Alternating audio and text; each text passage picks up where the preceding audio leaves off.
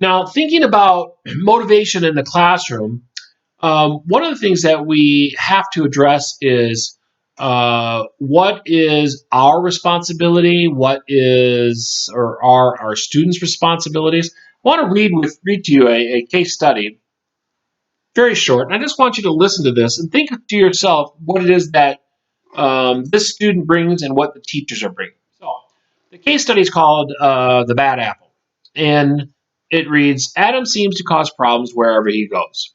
In the classroom, he is rude and defiant. On a typical school day, he comes to class late, slouches low in his seat, rests his feet on his desk, yells obscenities at classmates and his teacher, and stubbornly refuses to participate in classroom activities. Away from his teacher's watchful eye, Adam's behavior is even worse. He shoves and pushes students in the hall, steals lunches from smaller boys in the cafeteria, and frequently initiates physical fights on the school grounds. For obvious reasons, no one at school likes Adam very much. His classmates describe him as a bully, and their parents describe him as a quote unquote bad apple. Rotten to the core.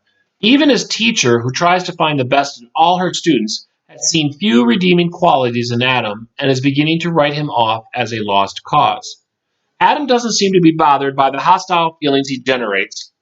He's counting the days until he can legally drop out of school. So, normally, this would be a great place to stop and have a good discussion about why does Adam behave the way he does. So think about it. Why does a student behave the way that Adam might behave?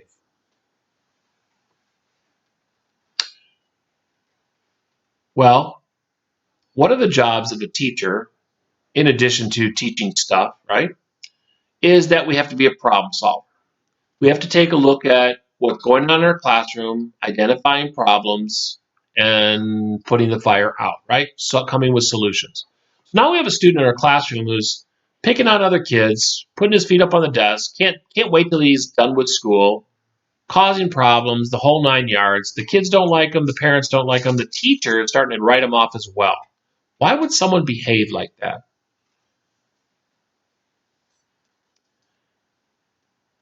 It's a hypothetical. We have no idea. It could be any number of things. But you have to start somewhere. You have to start isolating, start trying to figure that out. Well, what are some possible reasons? Well, maybe that's the way he's treated at home. Maybe his parents, his siblings, they treat him this way and he feels like, you know what? If you get it, you give it back, right? So that's what I'm going to do in my classroom. So he starts, that's the way it is. He has no support system at home, maybe that's the reason why he acts the way he does. Maybe he's just trying to get attention. This is one way to get attention. I would love for him to get attention a different way, but any attention is better than no attention. Maybe he's struggling in the classroom. What does that mean? Struggling in the classroom. He's not doing well. Well, why would he behave like this? Why would a student who struggles in a classroom behave like this? And then the light should go on. Hmm. How do the other kids see him? The other kids call him a bully. How would you like to be called stupid or dumb or an idiot? How would you like it if you look at the rest of your classmates and they all look at you like you're, worthless and not very smart and they don't have time for you? What might you do? Suddenly you realize that, hey, maybe I would rather be considered a bully than be considered stupid. So now they takes on these actions. I don't know. That could be a reason as to why. Maybe he has a learning disability. Okay. Maybe he's bored with the material. Maybe the teachers don't teach the material in a way that speaks to him. He can't connect to it. And as a result, he's become disengaged. He's fallen behind, and now he doesn't care. And there's any number of reasons that could be going on, right? And so the idea is, as a teacher, when we're trying to understand student motivation, we kind of got to know where they're coming from. Does that mean that if I solve this problem, okay, if I understand where he's coming from, that suddenly I'm going to turn it around and he's not going to be counting the days until he's out of school? No. Does it improve the odds that he might be more engaged in the classroom and like it? Yeah. That's all we're doing. We're just playing the odds. All of our stuff that we do in our classroom, from application of theories, taking a look at students' social emotional learning, any of this stuff, it's all about developing a rationale and looking at theory, looking at principles to help guide us in our decision making. Doesn't mean that our solution always works, but I like the odds when we have a strong foundation. So when you come up with a list of possible reasons as to why Adam might behave like this, what you're doing is you're starting to generate that search engine inside of yourself where you're trying to come up. If I can figure out what the problem is, I can figure out a possible solution. And if it doesn't work, then I'll say that maybe wasn't the problem. So I check that off the list and then I go on to the next one. That's what we do on a daily basis. Okay. And so that's an exercise in problem solving that many teachers have to rely on daily and apply their content. Now, when we talk about motivation, we're going to realize that there is three general categorical approaches that we'll take a look at motivation. Okay, we have a behaviorist view of motivation, we have a humanistic view of motivation, and as well as a cognitive view of motivation. Now, when we talk about a behavioral view of motivation, the book talks about this as well. Okay, when we talk about a behavioral view of motivation, what we realize is that we're talking about those basic principles where the motivation comes from outside of the learner, right? And what I've done here is you guys have this in your notes as well, is we have a chart that kind of outlines why a motivation to learn. When you think about motivation, a lot of times what teachers are really interested in, is a motivation to learn. Parents might be interested in kids' motivation to clean their room. Parents might be interested in students' motivation to do their homework. But as a teacher, when we're talking about students, and you hear Harry Wong or someone say, well, these kids aren't very motivated, what they're really talking about is motivation to learn.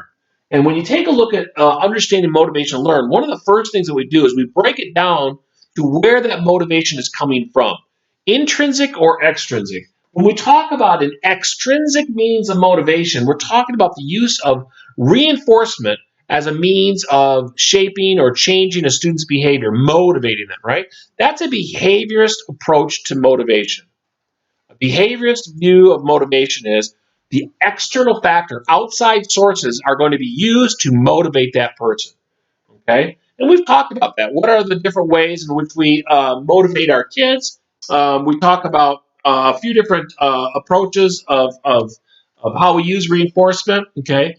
We use things like treats, they call consumables. We take a look at activities, entertainment things, adult approval. Do you please the parent? Do you please the teacher? Do you get the encouragement? Privileges, responsibilities. Can we go out? Can I drive? Can I have a phone? There's a lot of things that we use where the motivation for the student's actions rely heavily on the external factor. That's what it means by behaviorist. The need for that motivation is coming from outside. Now, there is also another way of taking a look at motivation that's less behavioristic, okay, and that focuses more on the intrinsic motivation. Intrinsic motivation is focusing on the needs of the learner, needs of the person, needs of the student. Now, when we start taking a look at use of behavioristic principles, use of privileges or candy or praise or responsibilities or whatever it might be, a lot of times we'll say, well, why do the teachers do that so often? Well, the simple truth is it works. It works pretty well. Okay? A lot of teachers have great success with candy and praise and activities and recess and talking on their phone and computers and whatever it might be. Those are great things, are things that students enjoy. And if they enjoy them, they're a great incentive. They're a great thing for the students to be able to have to get them encouraged to do to do what we want them to do. So we rely on it a lot because it works pretty well, but it doesn't always work. And I talk about some criticisms that we might face when it comes to kind of a behaviorist approach. One of those is a possible decrease in motivation. Suddenly, you'll find that some students, especially if it's more of intrinsic things that they like, and the teachers associate the reinforcer with something that they already like, maybe kind of dampens or doesn't make the thing that they used to like as enjoyable. Secondly, is it might narrow students' focus. We find a lot of times with teachers that rely heavily on a behavioristic approach to motivation is that the students pretty soon become very narrow-minded. Focus is on simply like, what do I need to do to get this? Perfect example. You're in a classroom teaching stuff and you'll hear this. Teacher, will this be on the test? Will this be on the test? How do you respond to that? If you say no, what does that mean? The students put their pen or pencil down, take a break. I get it. Think about it. Remember we talked about the brain, what the brain's focus is or goal is? To be energy efficient, right? They're lazy. The brain is lazy. And since the brain is lazy, it takes the path of least resistance as much as possible. So in the classroom, the student asks, hey, will this be on the test? And then you respond, no. They think, aha, mental break. Put your pen or pencil down. Stop taking notes. You can just you can zone out for a little bit, right? Now, I don't want you to lie to them and say, yeah, this can be on the test, and then it's not, okay? But the idea is when you say yes, or that it's going to be in some form, or you're going to have to focus on this, or whatever that redirected, they cannot then take that break. They have to keep attending. And so as a teacher, students want to get into that routine of like narrowly focus. Like I only want to learn when I have to learn. The third thing is, as a teacher, behavioristically, when you use the same reinforcer, the same thing over and over and over again, pretty soon it might start to lose some of its potency, right? Or maybe you chose the wrong reinforcer to begin with and it doesn't work very well. Those are three criticisms that we'll find a lot of times attached with relying heavily on an extrinsic means of reinforcement. Now, ideally, as a teacher, we want the motivation to come from within our learner. We want the motivation to be intrinsically, or we want the material, the task, the skill set, whatever they're doing, from physical education to music to math to language arts. We want the stuff to come from within the learner, but it doesn't always. So sometimes we rely heavily on the extrinsic reinforcer as a means to get them motivated to learn the material. Who cares how we went about motivating the student to get that material learned? Sometimes you hear parents or teachers, somebody they'll say, "Oh, you're just bribing the kids.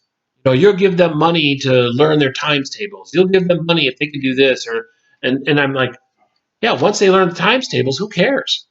And once they got it, do you care how they got it? They got it. It's like try to unlearn riding a bike. Sorry, ain't gonna happen. Once they learn how to ride a bike, they're gonna ride a bike. So you can't undo some of this stuff. So who cares about the method by which you do that? Ideally, we would love to be intrinsically motivated, but we're not always intrinsically motivated. Sometimes we need a goal or something outside of ourselves, external to us, to be that driving force. Now, when we talk about intrinsic motivation, where the motivation comes from within the learner, we're going to talk about two specific ways. One is a cognitive approach, and the other is a humanistic approach. Okay? When you think about cognitive, we're talking about a need to understand, a need to make sense of the world around them, to make sense of the material. When we talk about a humanistic approach, there we're talking about a need to grow and develop. Okay, two very different approaches, but they both come from within the learner. All right, and that's what we're going to focus on in the next video.